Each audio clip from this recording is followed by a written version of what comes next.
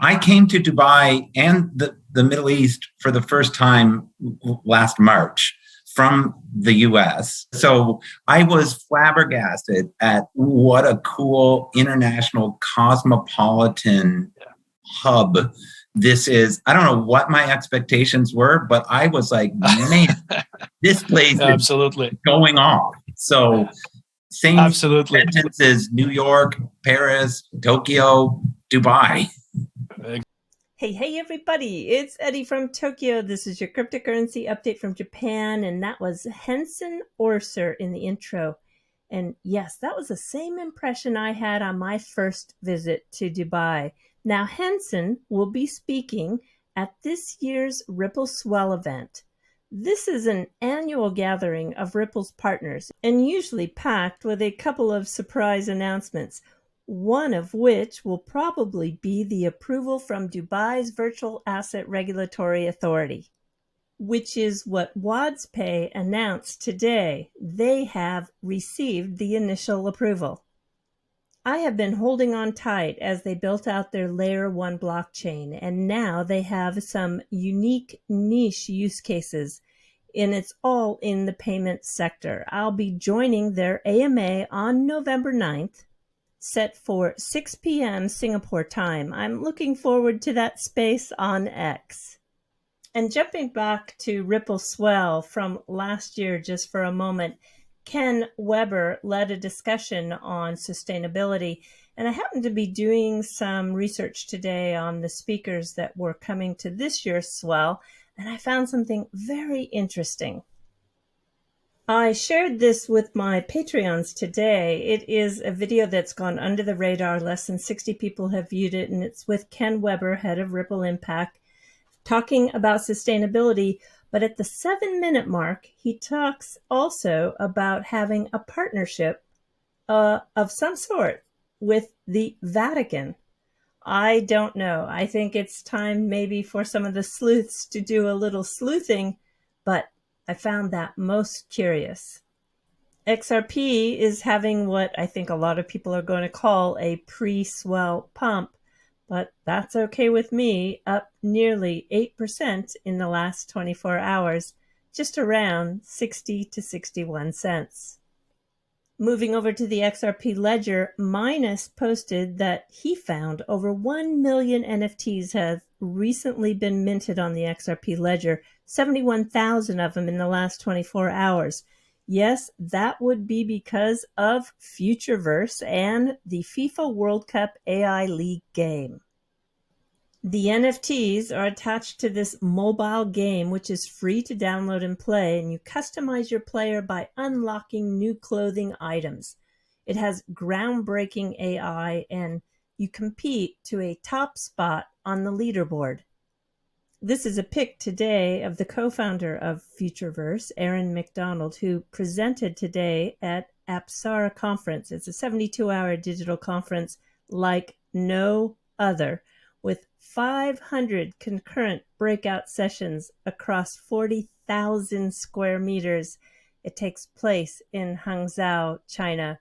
This event stands out in the world of AI like no other. And here's a post from Dirk, and I did see Daniel also just posted it. The XAHAU network is live, ladies and gentlemen. If the XAHAU network is still a little blurry to you and you're wondering what exactly is going on with the collaboration between BitTrue and XAHAU, go to the X platform and find XAHAU community. There was a new super thread posted today, and it's a very concise explanation. It does have an XRP burn mechanism, so you want to understand fully what you're doing if you're going to participate in this network. Now for the funniest post I think I've ever seen XRPP do. He said that when the government buys back our XRP, do you think they will be tempted to convert it to the XAHAU and burn it? And another big announcement from XDC, it's a longtime favorite of mine. They broke the news that they completed a trade finance transaction with an electronic bill of lading conversion using this DocuTrade, which is regulated by the Monetary Authority of Singapore for the custodian. In a nutshell, they digitized a trade document. So it shaved off tons of time and increased the efficiency by tokenizing a real-world asset.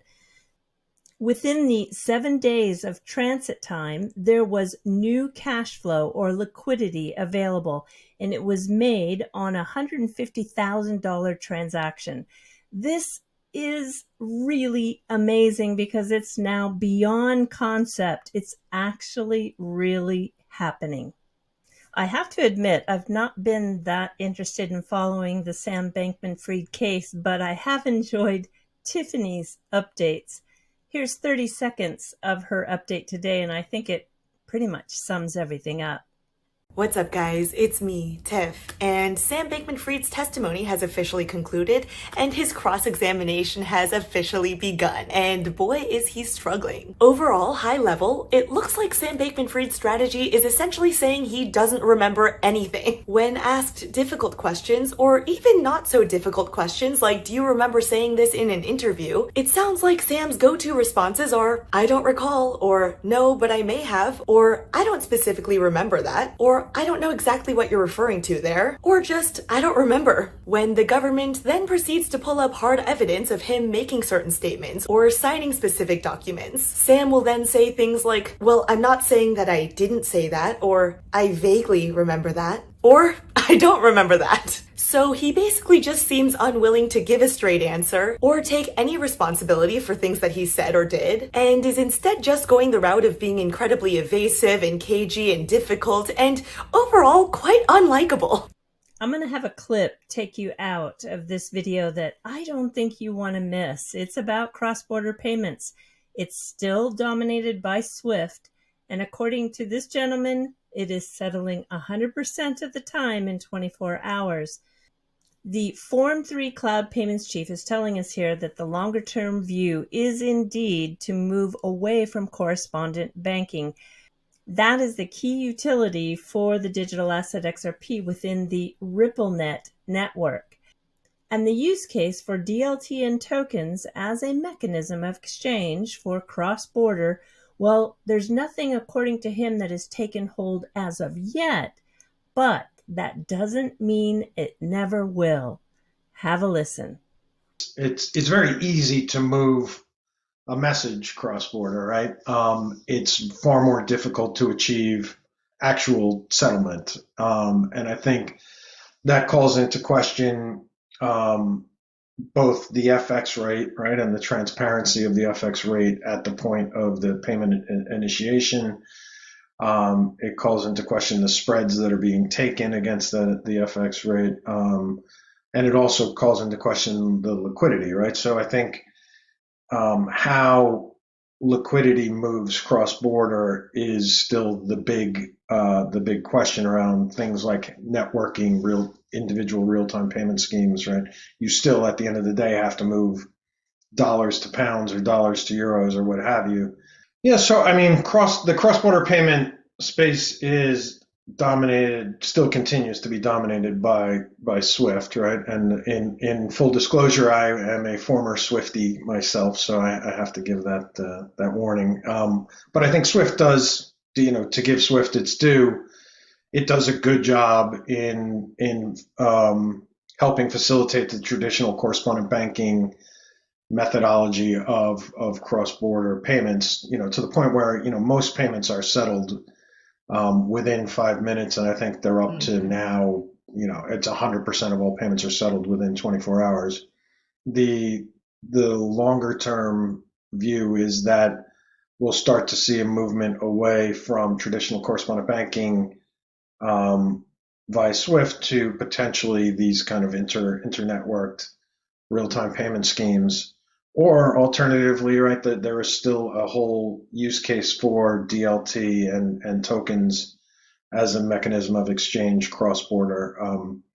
They've been discussed for a while. Nothing's really taken hold as yet, but that doesn't mean it never will. So I continue to think that if there is a use case for, tokens, whether it be CBDCs or some other non-fiat mechanism of exchange, we may see that first happen in the cross-border space where the use case is a little more clear.